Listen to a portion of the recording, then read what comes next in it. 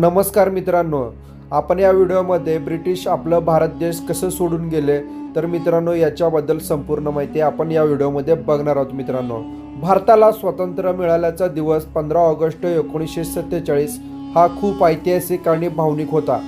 पण ब्रिटिश लोक एकदम अचानक गेले नाहीत। त्यांची निघण्याची प्रक्रिया काही महिन्यात टप्प्याटप्प्याने झाली। तर सरकारी अधिकारी, सैनिक, कुटुंब हे सगळे हळूहळू जहाज आणि विमानाने इंग्लंडला परत गेले।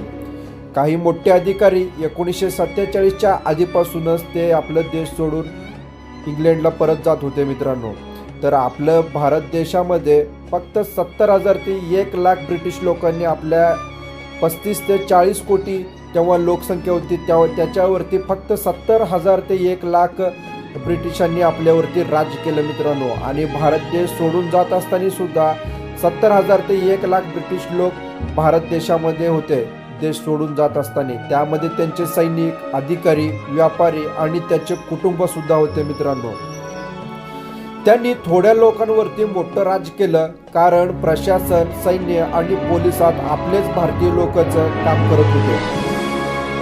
मित्रांनो, तर आपलं भारत देश ब्रिटिश सोडून जात असताना देश शांत नव्हता। मित्रांनो, यामध्ये दंगे वगैरे मोठमोठे दंगे होत होते। ते फाळणी भारत आणि पाकिस्तानच्या फाळणीमुळे। मित्रांनो, भारत पाकिस्तान फाळणीमुळे लाखो लोकांनी आपलं स्थलांतर केलं। मित्रांनो, अंदाजे 10 ते 15 लोक या दंगेमध्ये, भारत आणि पाकिस्तानच्या फाळणीच्या संघर्षामुळे 10 ते 15 लाख एवढं लोकांनी आपलं जीव गमावलेला आहे। मित्रांनो, तर त्यामुळे स्वातंत्र्याचा आनंद आणि दुःख दोन्ही एकाच होतं। ब्रिटिश हळूहळू नियोजनाने गेले।